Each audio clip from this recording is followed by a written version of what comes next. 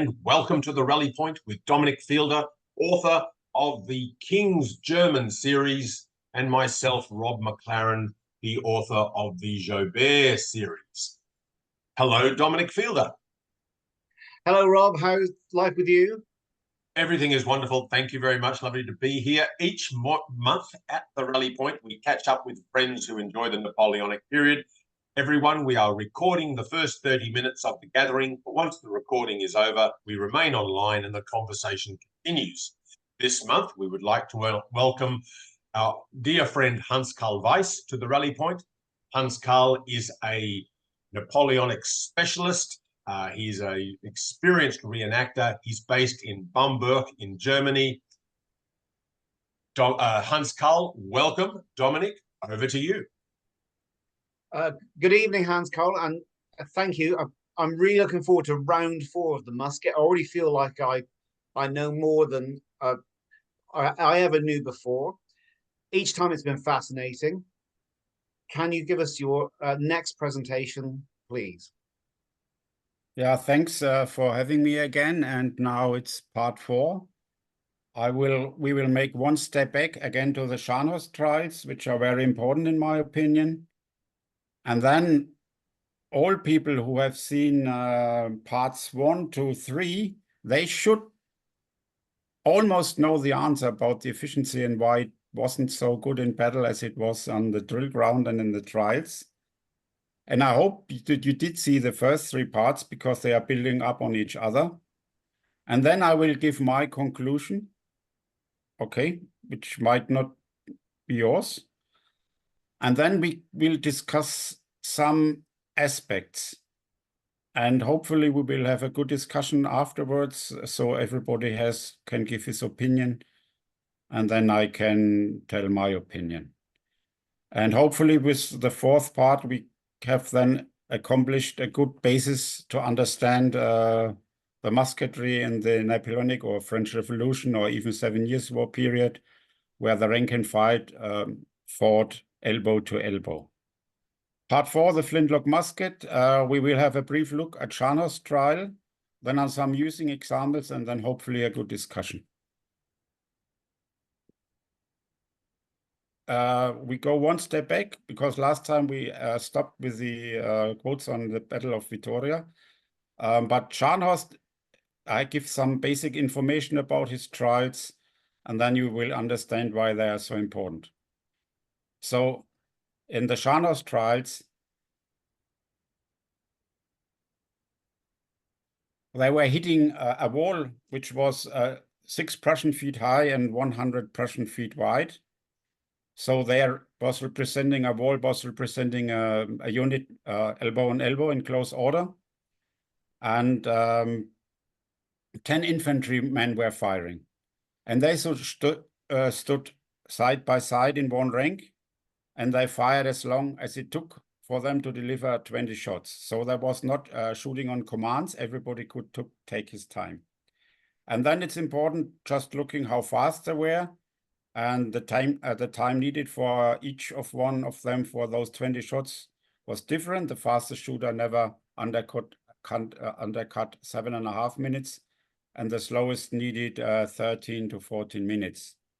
So generally one can consider that in 1 minute, 2 to 2.5 shots occurred.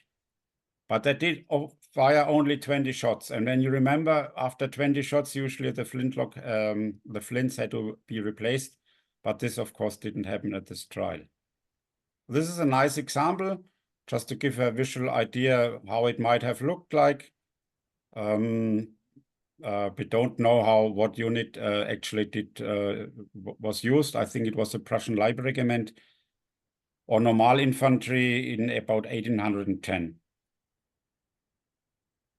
And they considered very well the different ballistical aspects of the different guns of each nation.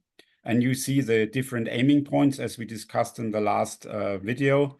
In the last part, it depends on what distance you are, what the target to the firing man, the distance is, and then you adjust your aiming point according to the ballistic performance of the guns. And they very well knew at what point they should aim when they want to hit the target. So here we see the results. You see, in the bracket, there's also some yellow numbers. I will come to that later. You see the French musket, the British musket, the Russian muskets, the old Prussian ones, the Nothart, the new Prussian musket, and very interesting, the new Prussian musket with less powder. Usually it was a half, the powder charge was half the weight of the lead bullet. We don't know exactly what models, however, they used. So the French musket, what model did they use? Did they use the Corrigé 9? Did they use the model 1777? We don't exactly know. The same for the British musket. Was it an India pattern or was it a long arms pattern or whatever? We don't know exactly. So I put 3 different distances, very short one, 100 paces, then the other one 200 paces and 400 paces. And usually, according to references, firefights happened between 200 and 400 paces at an average. So you see the French musket has 75.5% at 100 paces. So two volleys with the French musket at 100 paces, and then game over. When you take 400 paces, it's 27.5%. Now, of course, they didn't shoot at a solid wall. They shot at, unfortunately, at human beings. So you had gaps in between. So I just halved the results to consider the gaps, because human beings, even elbow to elbow, there won't be a wall. There will be also some air and between them. So even at 400 paces, you come to 13.75% hits. So 10 volleys, and you almost overkilled the enemy unit. And when you go down and you compare, you see it's always in the lowest. It's the old Prussian musket with 8, which is only 8%, but usually you can say 10 to 13, 14% at 400 paces. So firefights shouldn't last that long. With 10 shots, you should be able to cause a lot of havoc against the opponent and destroy the opponent in a firefight. Then we come back to the reality. Steady hitting with a small arm belongs to the main basic of tactics, that the task of the firearm isn't just to make a bang, but also to hit. Still, however, the bang and the smoke are often only the effects. All experienced infantrymen know that a battalion expends often all its ammunition. That is, at a battalion of 600 firearms, there each man has 60 cartridges, 36,000 balls, and yet when one takes a close look, the enemy hasn't suffered more than 30 to 40 killed and wounded. This is the experience of an Austrian infantry officer who wrote a handbook about the Napoleonic tactics, arms, and warfare. At the Battle of Vittoria, we discussed it last time.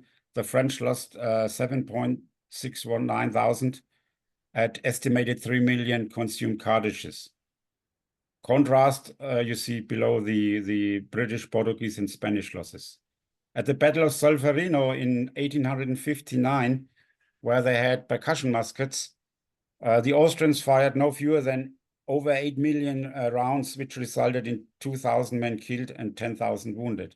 Of course, these casualty figures, they don't include the artillery.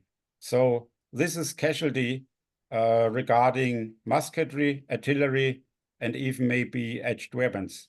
So if we take this in account, then the inflicted casualties by muskets could be halved easily, in my opinion. So we see there's a huge amount of rounds spent to inflict casualties. Now, just a point about reenactment. We talked a lot about Hollywood, but reenactment also, it could be very misleading. And you have to take some points into account. Otherwise, reenactment wouldn't prove anything. And what you have to do is you have to always combine reenactment with research. Reenactment can be a useful tool to understand something, but it can be very misleading. So for firing, important, is the unit reenactment unit formed in 2 or 3 ranks, is, as it should be, are the smallest men in the second one. Do they wear full kit or just a cartridge pouch? When you see the Waterloo videos, you see a lot, most British units that just had only a cartridge pouch wearing. And then, of course, you can move very easily, much easier than we have to wear a full pack on your shoulders. Are they the correctly tailored uniforms? At this time, they were tight fits. Did they use flash guards? Yes or no? When you use flash guards, then the flash from the pan is not so disturbing as if you wouldn't use any.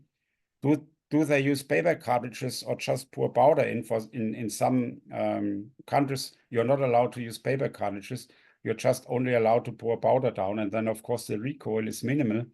And do you have to use a ramrod? Yes or no? And do you have fixed bayonets? Yes or no? So it depends how the unit is formed and how it is equipped and how it's acting. And if some of these things are no, if you have no fixed bayonets, if you don't use ramrods, if you don't use paper cartridges, only pour powder, if you use flash guards, if we have loose-fitting uniforms, if you just have as equipment the cartridge pouch, and if you are in one rank, your experience will be very misleading from reality. So we always have to see also reenactment as a tool, as a source, and sources have to be seen in context. Also at reenactments, very often you have very short distances of firing, and you do usually volley firing, and it's very rare that you fire more than 20 or 30 rounds. And also, like, did they ever shoot live rounds in a shooting range in formation? My unit did, but we dared only to shoot in one rank, because otherwise we thought it's much too dangerous. And it was very nervous, and we always had behind 5 or 6 people to supervise 20 people firing. So it makes a big difference. And then even you have a bigger recoil and a bigger bang.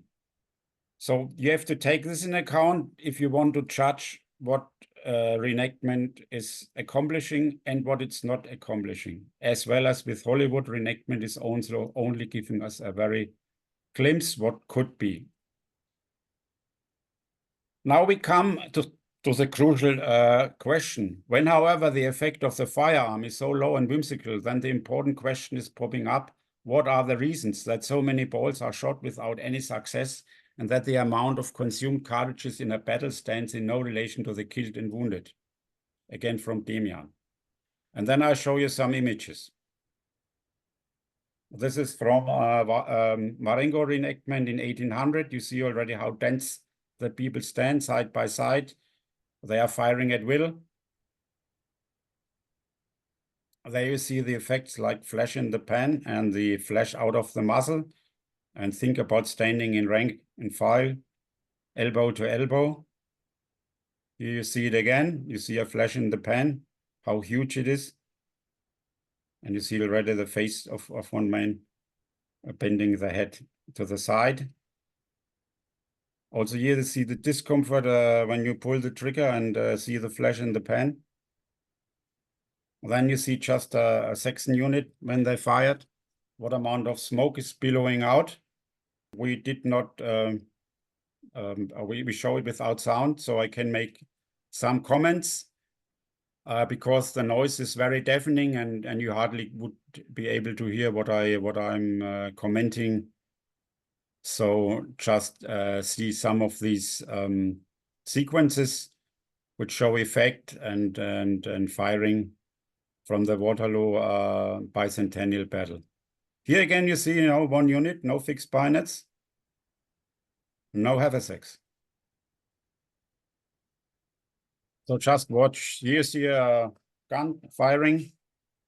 That's on the original Waterloo battlefield. French infantry on advancing. Artillery retreating without guns.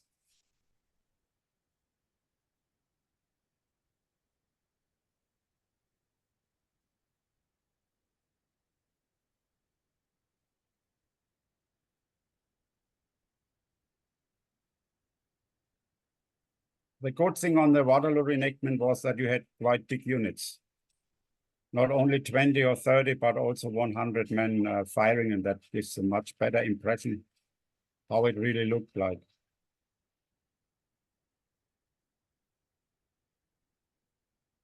Again, the Dutch, unfortunately, no backpacks. Brits, no backpacks. And all are volley firing, which is disputed when we come back later.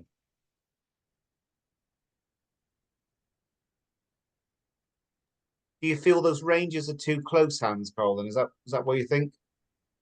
At this battle, it was quite okay, but on some battle, we will see it later, it's ridiculous. It's just only 10 or 20 meters, and then people aim high because I know it's too dangerous to shoot straight. You saw the flashes going out, they go up to 5 to 10 meters.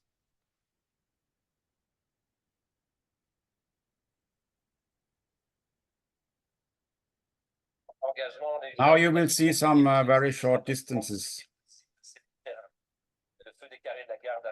You see the French old guard, the immortals. I mean, you know, you would never come so close. And it's really dangerous now, because if they don't stop, they could get hit by the blast in the paper cartridge. But you see what a lot of smoke can do under the right weather conditions.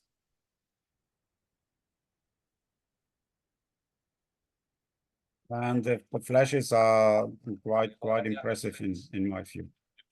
Now back to the reality, and it's important to see what the contemporaries did have to say, who fought many battles. And a veteran of the 7 Years' War, General von Tempelhof, notices about range of firing and hitting. One is firing totally differently in a battle than on the drill ground, despite what was learned and taught on the drill ground. The advancing infantry often opens fire at 800 paces distance from the enemy, at least, however, at 600. Usually it is believed that such a fire is useless, however, this is an error. A small arms ball kills or wounds a man as long as it hits, regardless of being shot in an arc or horizontally. Then some other quotes. The soldiers have a strong tendency to fire much and quickly. And when the so-called placer fire at will, is established, so it is very difficult to stop this. The unit is unable to get an impulse for a decisive move, and the commander has to wait for a chance by random. The fire at will, or the battalion fire, für die Partei, where each soldier is shooting as soon as he has loaded, is therefore to be used with care, and the fire according to commands will be mostly advantageous. So this is Valentini. He was also Prussian infantry. He served in the Austrian army as well, and as a light infantry officer. That's his remarks. And of course, this is in theory. An old Prussian officer writes about the Prussians in the 7 Years' War, which were regarded as one of the best drilled ones. One started to fire with pelotons. 2, 3 fired well, but then a common burning started, and the usual fire where each who finished loading pulls the trigger, files and ranks are intermingling. The front rank is not even able to kneel down, even if they intended to, and the officers from below up to the generals cannot do anything any longer with this mass, but have to wait till they will move forward or backwards, or the cartridges are expended. Tempelhof writes again, the Parteienfeuer für die Partei, which is meant firing at will, as the fire at will was typically called, replaced the hither to battle, in the end, the drilled art. Then everybody fired who could fire and wanted to, and everybody as often as he was capable without giving a damn about his neighbor or frontman. A British officer bought the first foot guards at Tettingen 7 Years' War again.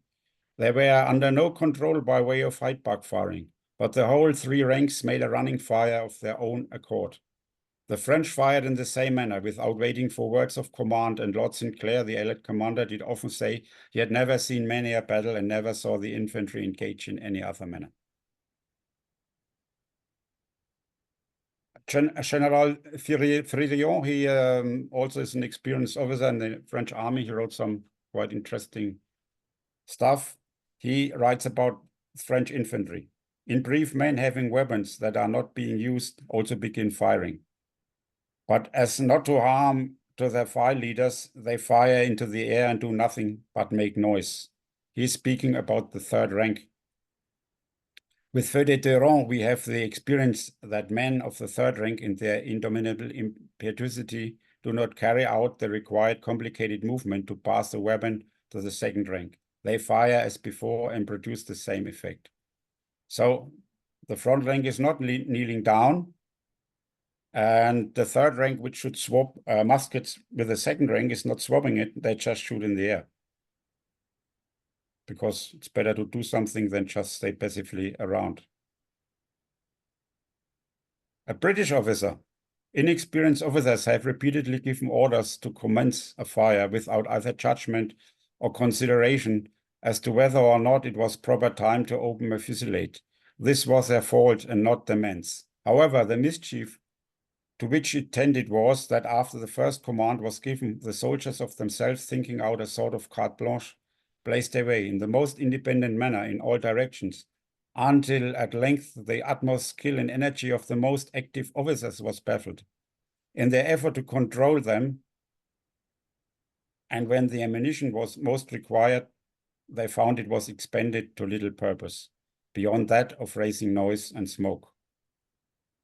About the British Army, which was very well disciplined, Colonel Mitchen has some very good description about firefight. What precision of aim or direction can be expected from soldiers when firing in line? One man is priming, another coming to the present, a third taking. What it is called aim. A fourth ramming down his cartridge. After the first few shots, the whole body are closely enveloped in smoke and the enemy is totally invisible. Some of the soldiers step out of a pace or two in order to get a better shot. Others kneel down and some have no objection to retire a step or so.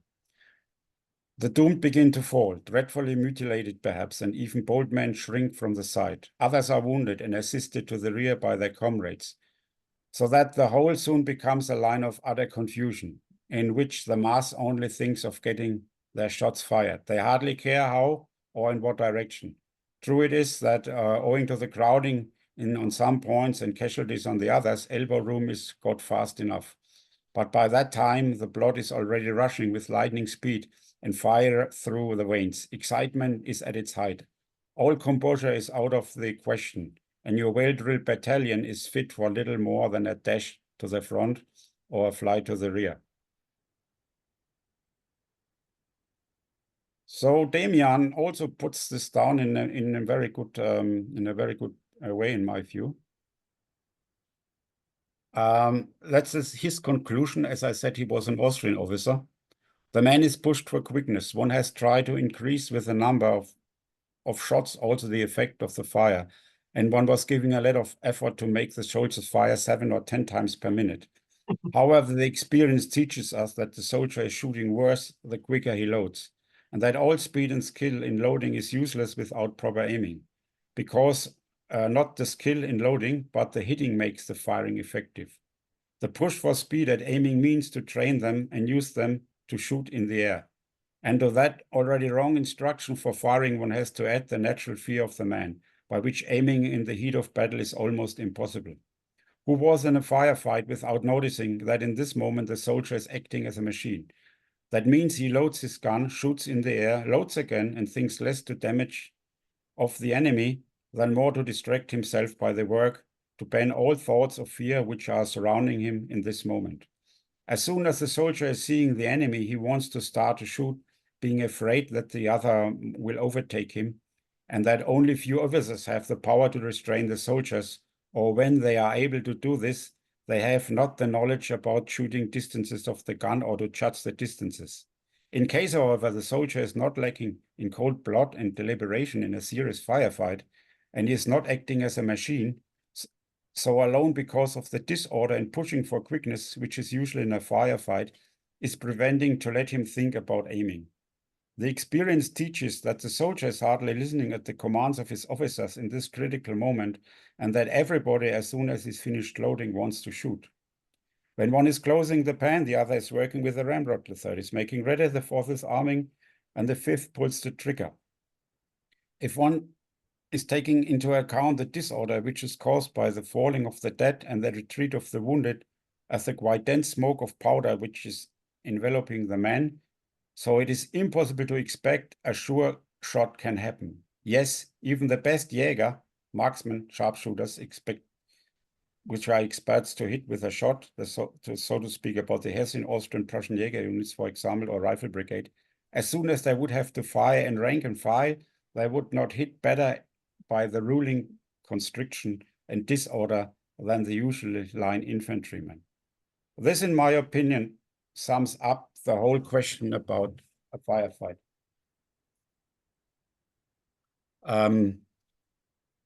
So even if you would give them a rifle, as long as you push them into rank and file, as according to their battlefield order, it would be impossible for them to aim. Some more comments. I brought this already about the distances of firing. So we saw that the infantry opened at much longer distances. Tempelhof speaks to 600 to 800 paces. And we also have to consider the skirmishers. They are not restricted. They have elbow room. They don't have to care about the next man to them. He will be too far away, so they don't have to be afraid about the flash of the pen. And he comments, then when the infantry gun is held horizontally at the man's half, the bullet hits first time the ground at 200, 250 paces, bounces off even ground 2 or 3 times and stops at the ground at 400 to 500 paces. Is the bullet shot in arc, it is possible to propel it with a usual charge over 1,000 paces. The French are masters in that, and he took part in the Napoleonic Wars. And therefore it occurred that sometimes they wounded our men when we didn't even discover from where the shot did have come. However, those are mostly one contusion shots which cause little damage. Valentini, in about his about war, his lessons of war, they in paragraph 45 issued rule that infantry must never fire at a longer distance than of 300 paces is never applied to skirmishers. What can be done against an enemy who, like the French in the Revolutionary Wars, fires at us from 500 to 600 paces and wounds our men when the terrain doesn't allow us to approach him closer? At the Battle of Saalfeld in 1806, that's the observation of a Saxon artillery officer. To close the big gap between the regiment Kurfürst and Xavier, two Saxon regiments, the regiment Kurfürst was drawing itself to the right. By that, as also in the advance, we were always under fire from light infantry. They wounded me men at a distance of 700 to 800 paces, were placed behind hedges and fences where I couldn't do any harm with grape shots, which I tried to use with high elevation, but didn't feel the slightest effect. So the artillery with grape shot couldn't cope with a distance of a small arm which fired at 800 to 1,000 paces and had some effect, otherwise he wouldn't have mentioned it. Oman, in the history of the Peninsular War, he gives a very good example also about British infantry. They were under artillery fire, and they just answered with musketry. And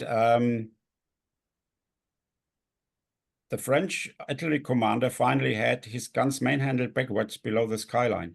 Such shots as they fired without seeing their mark were practically harmless. After an interval, another attempt to bring forward the batteries was made, but they were met with such a hail of balls that they were driven back again out of sight. Hereafter, they continued to fire intermittently and incautiously, for direction only. Observation officers in 1813. And this is all verified by another eyewitness about the same instance. And a general camped, thinking that the distance was too great, was at first inclined to stop the fire, but the moment it lulled, the French gunners pushed their pieces forward again, and their shells knocked down 8 men in an instant. When the musketry recommended, the shells again flew high. The riflemen in the village and mansions held the enemy equal at by. And this was line infantry which fought, which were in close order. And then they fought against artillery at a huge distance. And at least it had an effect on the artillery to make things worse. This is a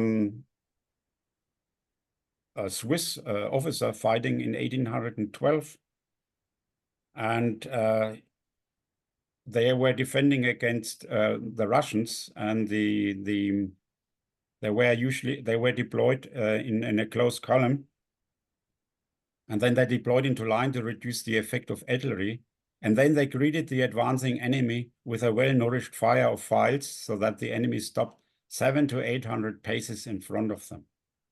So they stopped an attack with musketry at 700 or 800 paces. Now just some things to think through when we have a column versus a line. Usually in some wargaming rules, 3 battalions in column could attack one line. But usually the columns were placed in a deploying distance. So it would be one column against one battalion in column against one battalion in line. And when you have to think it through, you have 300 files in 3 ranks against 300 files in 2 ranks when you take the British. And a column has a width about 60 files. But out of these 300 files, who would have a good line of sight and can point the muskets? It would be usually the man directly in opposing of these 60 files. So you have maybe 60 to 80 files who can take a good aim. The others, the more oblique you get, the more difficult it would be to get the musket pointing onto the 60 files. And out of 300 files, only the front ranks usually could shoot very well. The second rank, as we have seen, hardly could shoot at all because they were the smallest men. They shot in the air. So when they make examples that a battalion in line of 300 files in 2 ranks, that would be 600 muskets firing at a column of 60 files. In my opinion, it's wrong. It's maybe 80 files in one rank, so 80 firing at a column of a width of 60 files, and we take the front men, so it's 80 against 60 men. For the attacker, it is of course a different picture because he will see a whole line blazing away. So when you are under fire, I think you have the impression that everybody is aiming at you. So this is a big morale question about the attacking and not attacking, and also like when you are in column, you are committed not to engage in a firefight. So you are under fire, under fire, and you have to advance, and you know very well that you cannot punish the enemy unless you break through. Then another question usually when I read it, and maybe Rob can comment as an experienced horseman, I always read horses are afraid by the hedge of bayonets.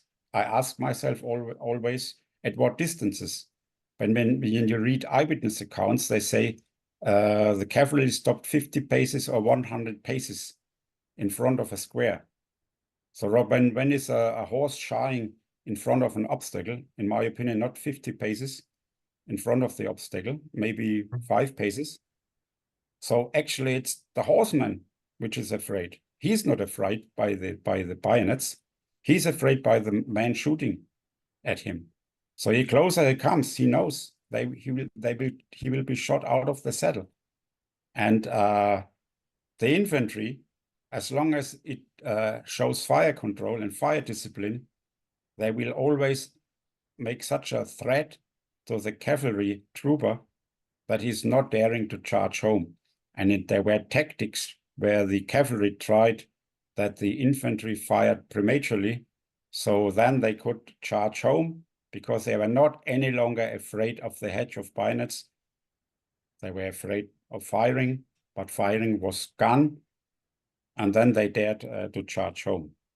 So that's some points I read very often in wargaming discussions, and maybe we should think it through, what's all behind it. And we see that the firing in rank and file, just by how the rank and files, how soldiers were arranged, made firing and made hitting almost impossible. And so a firefight of units in rank and file were very much had very much psychological effect. But the effect was so big that they could stop attacking infantry at 800 to 600 paces. And in my view, they hardly hit anybody, but they hit some, but not a lot. But then the opponent, he wanted to return, he wanted to retaliate. So the opponent stopped and also started firing. And when they started to fire, as we see from the experience of the veterans, then they usually fired as long as possible. The cartridge pouches were empty. In my view, the quote by Demian, that's in a nutshell why line infantry did hit so badly if we compare only the physical figures. A different story is with psychological effect and the effect on morale. Yes, we will. And I mean, I think really that where you've brought us to is that sort of twin idea of musket fire. As you said, it's the psychological, the morale effect, first of all. First of all, on the firer, that they're doing something. Secondly, on the enemy, that it's coming towards them. But as you showed us from those Waterloo videos, actually, once you get past even the first volley, the chance of, and I always think of, as you said, the war games table, when people say, oh, well, you know, the soldiers on the sort of the end of a line battalion are all firing at the column. We had a discussion before about oblique firing. Well, if you look at the amount of smoke there, you wouldn't be able to see anything beyond 10 feet. And the column that's hitting somewhere further down the line, just as well be on the moon. It's going to be out of your field of vision in no time at all. You're just surely going to be worrying about firing in front of you. I really also like that concept of fire discipline breaking down. That once a soldier starts firing and everyone around him is firing, it doesn't matter who's waving a sword telling you to stop. You are firing until you just run out of ammunition or there's nobody in front of you anymore. It might be misleading because this you see after the fire. Of course, then the smoke will be most dense. But as we know from the veterans, at least, let's say for the continental armies, maybe British army is an exception. Because when you look at battle accounts of the British army, you see that a lot have very good fire control. Not always, because otherwise they wouldn't shoot 3 million shots at Vittoria. But they could maintain fire control while the usual, let's say, continental European infantryman, he lost fire control very quickly, and then he was shooting at will and not any longer volley firing. And by this, you are already stopped an attack because then they are fixed, you know, they are at 600, 800 paces distance, and you fire at each other, and then you achieved your tactical aim to stop an attack. Two ranks, one of the rare occasions of 3 ranks. And then also here we did fire at Feudet-Durand. We did it in the drill ground stuff, so 3rd rank swapped musket with the 2nd one. But when you read French eyewitness accounts, they didn't do it. 2nd ranker didn't want to swap his musket with the 3rd rank, and the 3rd rank, they wanted to keep their own musket as well. So 3rd rank was just shooting in the air, but maybe they hit, you know, somebody 1,000 paces behind. Not those where they were aiming to, but they maybe had an effect. And there are accounts where the target, which was 100 paces in front, was not hit, but the reserves 1,000 paces behind. So they were overshooting the target. That to me is a really powerful image. When you're saying before about, you know, I'm not being tallest person. If I was stuck in the 2nd rank with a wobbly flintlock, thinking I've got to change my flintlock while all that's going on, there's no way on earth that's happening. It's but you get the idea of that sort of density of the unit, and while there is, as you said, a bit of sort of airspace, there's not much. There is that idea of being compacted together. That almost seems like the people in the back who should be doing this exchanging, they're just going to be firing blindly, aren't they? Rather than the musket exchanging. Yeah, the only one who had a good view was front rank, and they're the tallest. And they got too good a view. can I just ask one aside for that, Hans Karl? If you're in this formation firing, and this has always struck me again from a war games aspect, have you ever experienced sort of one battalion passing through another battalion? Is that even a feasible option? As Rob sort of saying, I mean, how do you replace sort of this battalion A firing now, who've now expended all their rounds? Is there a way of getting a second line through them? Well, when you look at the drill regulations, there's always this famous passage of lines. And when you look at it, you see how on the earth can you have a passage of lines? You know, the Napoleonic or 7 Years' War army, you don't have one line. It's not like in war game where you have a phalanx of one line. They had 2 or 3 lines. So if your first line got stuck and you wanted to get another impulse for an attack, you had to bring up your second line in front of the first one. So think, you know, you have a line of 10 or 12 battalions and 200 paces another line of 10 to 12 battalions. How on earth should they pass through under enemy fire? I mean, this looks great on drill ground. And I mean, I once read, and we were able to do passage of lines as in the drill book, but I read it only once, and then you don't know if it was propaganda. And this, of course, brings us to the column. So when you have one line in column and the next one in column as well, a column could pass through the intervals. And then it's very easy to have a passage of lines. And then you, of course, you have to do the firefights and to cover all this up with skirmishes.